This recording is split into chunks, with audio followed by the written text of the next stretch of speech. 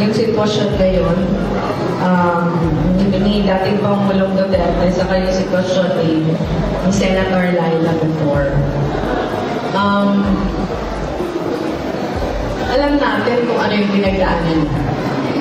She was incarcerated for almost 7 years on trumped-up charges.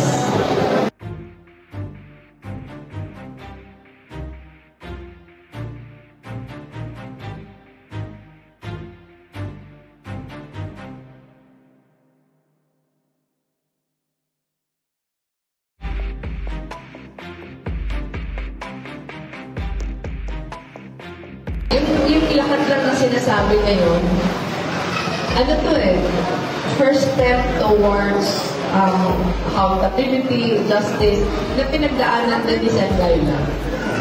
Kaya, all this talk about everything that's happening, about due process, about how unfair everything is, lagi kong nababalik dun sa sitwasyon.